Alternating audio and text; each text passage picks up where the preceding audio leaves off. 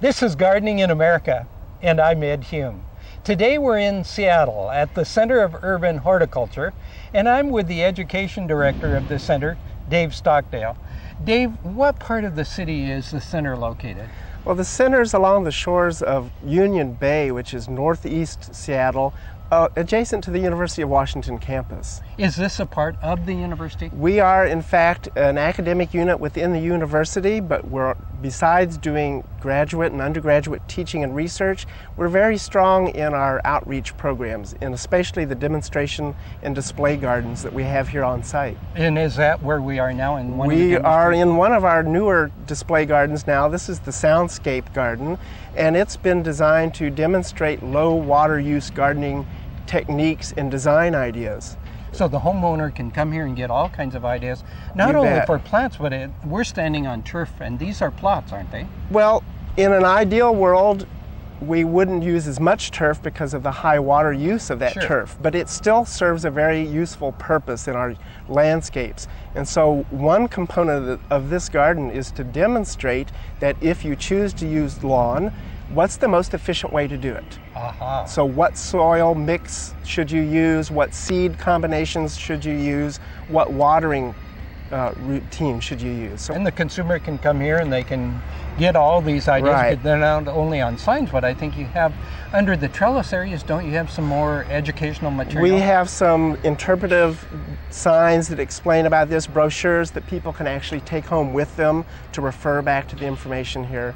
Oh, great. Now, I've got to ask you one question before we run out of time, and that's the red flower in the background. That's gorgeous. Oh, that's a hibiscus. And it's not a real common plant for us here, but it is winter hardy in our zone, and it's a wonderful bloomer. Right. Now, back behind us, you have landscape areas. There are separate display areas in this soundscape garden. One area demonstrates trees and shrubs for low water use. One area demonstrates ground covers that you might want to use for low water use plants. And one is actually a mixed border, a combination of perennials, shrubs, trees for that complete garden look, but with low water use plants. Oh yeah, it's very nice. Now I noticed also that you've used some mulches and ground covers. Is that to help cut down on watering? That's one of the important strategies in lowering your water use. It's not only in the kinds of plants you select, but then how you manage them. And if you can eliminate bare soil where water will evaporate easily, you help with that concept, not only in appearance, but just in practice. Okay, Dave, thanks very much. We're at the Center of Urban Horticulture in Seattle, and there are many other interesting gardens which I hope we'll be able to cover again later.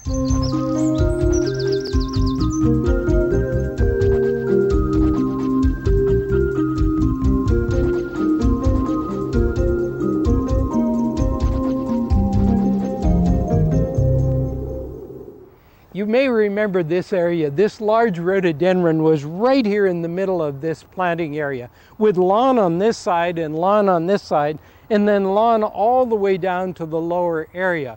Well, it was difficult to get around the rhododendron, and the second thing is it was facing to the light, so we were always looking at the back side. And I want to do a pathway through here and put some flowers in here, so I dug this rhododendron.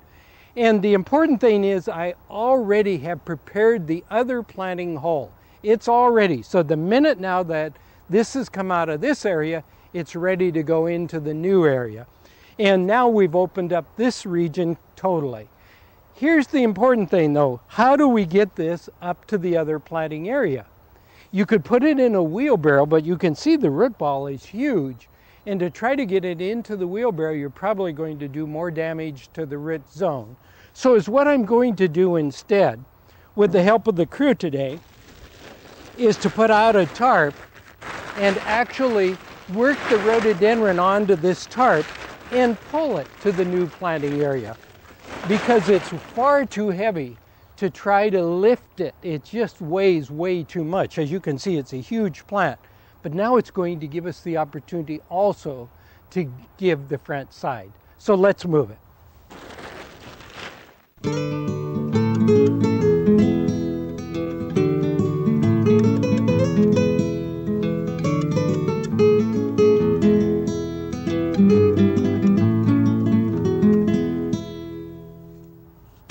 Boy, as you can see, this is not a one-man job.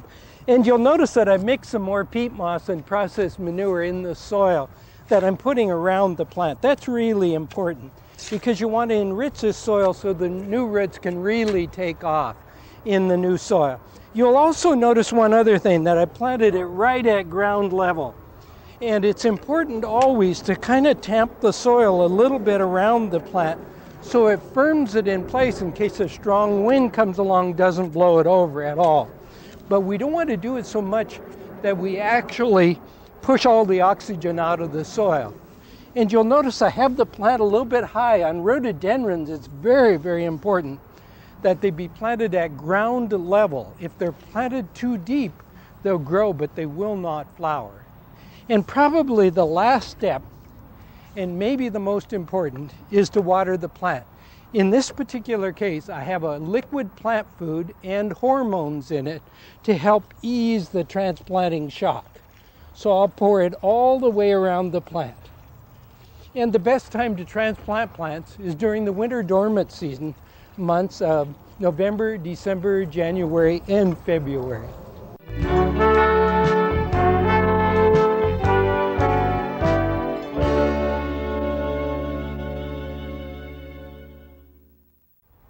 Almost every garden has at least one spot where it's difficult to grow plants, and there are some great ground covers that grow in those difficult areas.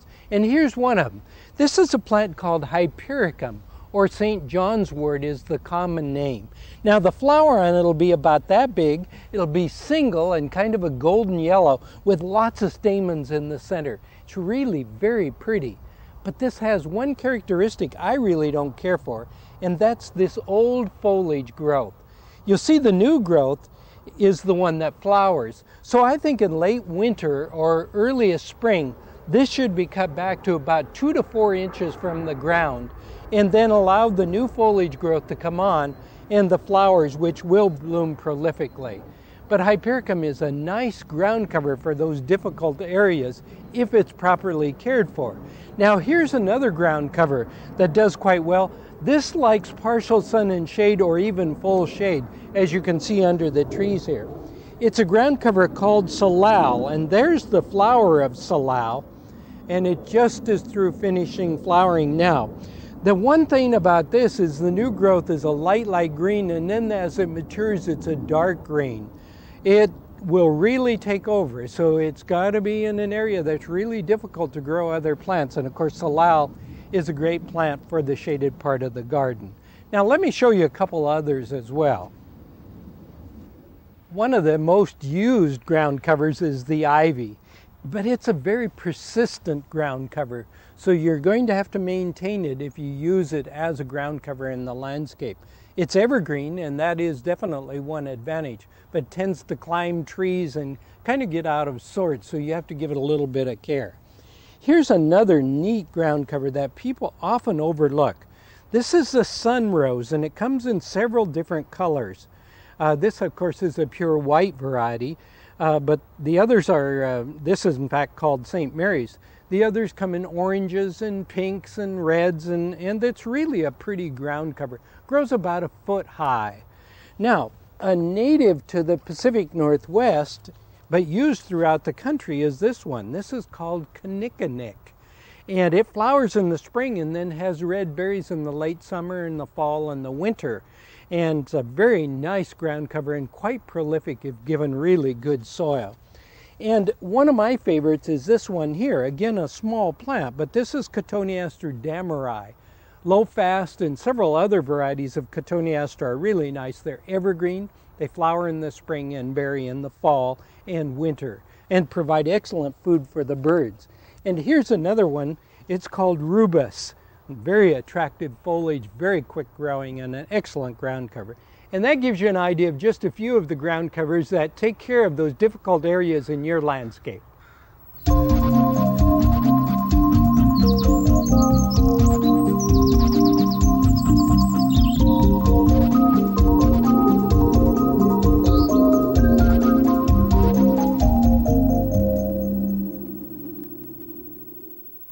Today Today we're at Urban Renewal Herb Garden and Nursery in Seattle, Washington.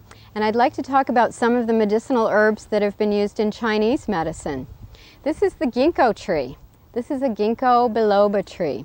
Ginkgo leaves have been researched for their effect on Alzheimer's disease because they have an effect on increasing memory and alertness. The ginkgo tree is the oldest living fossil. It's been growing for quite a few years. And the ginkgo leaves are okay to use in medicine, but it turns out the ginkgo fruit, some people have been allergic to it. There have been reported allergic responses and a possible toxicity. So just to be aware, as with all herbs, you just want to be aware of which part you're using. Next, we're going to talk about Scutellaria bicalensis. This is Scutellaria. It's been used as a sedative by American herbalists and naturopathic physicians. In Chinese medicine, it's also used for lung inflammations and high fevers. You may have heard of chaste tree or Vitex agnus castus. This is used as a hormone balancer here in the United States. It's also used as a cough suppressant. The seeds are in Chinese medicine. Astragalus is a wonderful tonic root. You can use it in addition to or in place of Echinacea angustifolia because it has a wonderful effect on increasing the immune system strength, helping resistance against disease. Certain things like colds and flu, that is how people use Echinacea, and you can use astragalus the same way. Normally with astragalus you don't use it until the 4th year. And you use the root, usually. That's how it's used in Chinese medicine, very often in the teas. This is licorice root, Licorice Uralensis or Chinese licorice. Here in the United States, we've often used Glycyrrhiza glabra. That has been used for ulcers. In Chinese medicine, Licorice Uralensis is used for coughs. And last, I'd like to talk about Codonopsis. The Codonopsis roots are used for energy deficiency and high blood pressure in Chinese medicine. If you'd like to learn more about herbs and how they're used in Chinese medicine or how they've been used in the States, check with your local nursery or herb farm. And you can also check out some of the books that are teaching people how to grow herbs, how to grow Chinese herbs, and how to use them.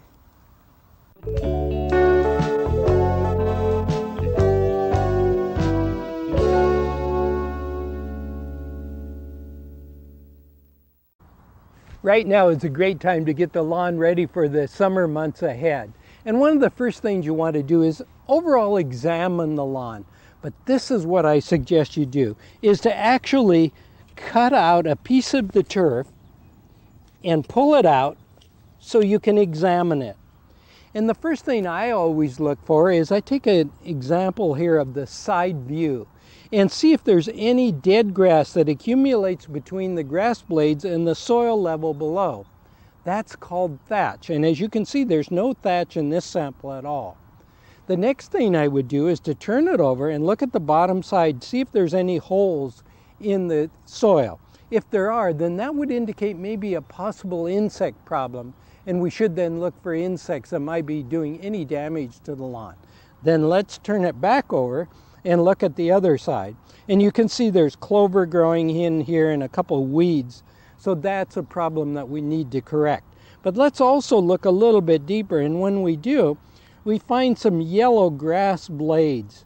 And if we look at the yellow grass blades closely, we'll see that they've been torn. Now that indicates that the blades of the lawnmower are dull, and they're tearing at the grass rather than cutting it. So that indicates right away to me that I should have the blade on my lawnmower sharpened in order to cut that clean so it'll really look nice. Now, if you don't feel comfortable with that analysis on your own, take this sample to your local nursery or garden center and have the certified nursery person or the master gardener on staff take a look at it and make an on-the-spot diagnosis for you, so you don't waste your time doing things you don't need to do. Just do the things that are necessary. Then once you're through with this sample, simply insert it back into the soil and tamp it down, and it's in beautiful shape once again. You won't even notice that in a day or two. Now, Let's make an overall observance of the lawn too. And what do we see? Some wide blade grasses coming up in the regular grass. This is velvet grass. Sometimes it can be Dallas grass, orchard grass, field grass of different kinds, quack grass, etc.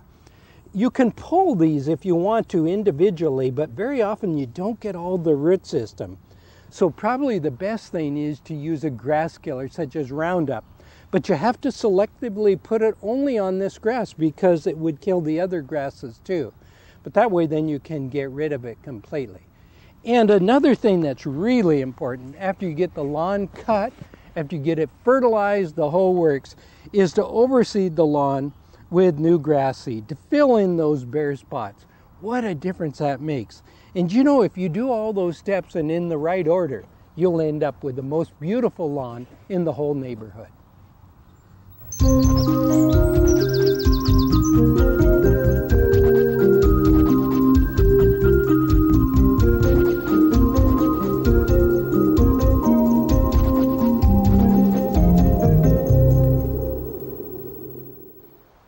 Look at this beautiful plant of the week, the Mandevilla.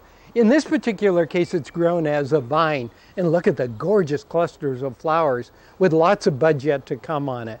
And look at the foliage, dark, glossy green, really attractive. So you can see it can be grown as a vine, or look here. My First Lady is grown, this particular variety, as a shrub.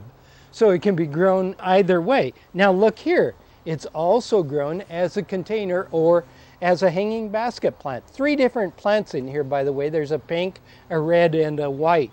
The dark glossy green foliage and the beautiful flowers, and they flower all summer long. This plant likes a full, bright, sunny area. Now it's not hardy. It'll only take it down to about 30 degrees. So during the winter, if you're in a cold area, you want to be sure to bring it in and treat it as a houseplant and then set it out the following spring again. But remember, it likes full sun. That's a good exposure for it. And our second plant of the week this week is the beautiful Gartenmeister Bonsted fuchsia. Some people called this the honeysuckle fuchsia. And is what's so outstanding about this particular plant is not only that it's upright, but the fact that it'll take more sun than most varieties of fuchsias. And again, take a look at the foliage. Very, very attractive. And then the orange flowers are kind of unusual too. So a combination of dark foliage and an upright growth habit and a really pretty flower make it a great plant to use in the garden. Now, likewise, this is only hardy down to, about 30 degrees. So you'll want to grow it in the sun or in the shade, but give it winter protection. Probably, again, bringing it into the house if you're in a cold area. Our 2 great plants of the week, the Mandavilla and the Gartenmeister fuchsia or honeysuckle fuchsia.